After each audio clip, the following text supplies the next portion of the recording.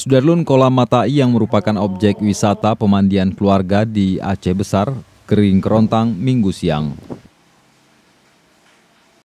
Dua kolam di objek pemandian ini kosong, tidak ada air.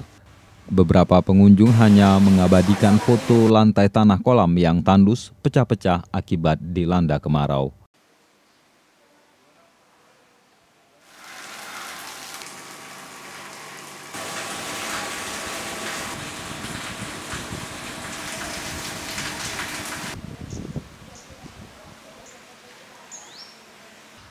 Murni, seorang pedagang minuman di objek pemandian Matai, mengaku kondisi ini telah berlangsung sejak 2 bulan terakhir.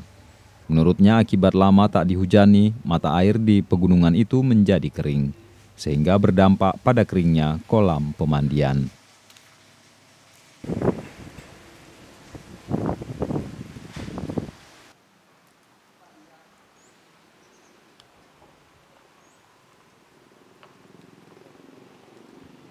Dari Banda Aceh, Budi Fatria, Serambion TV.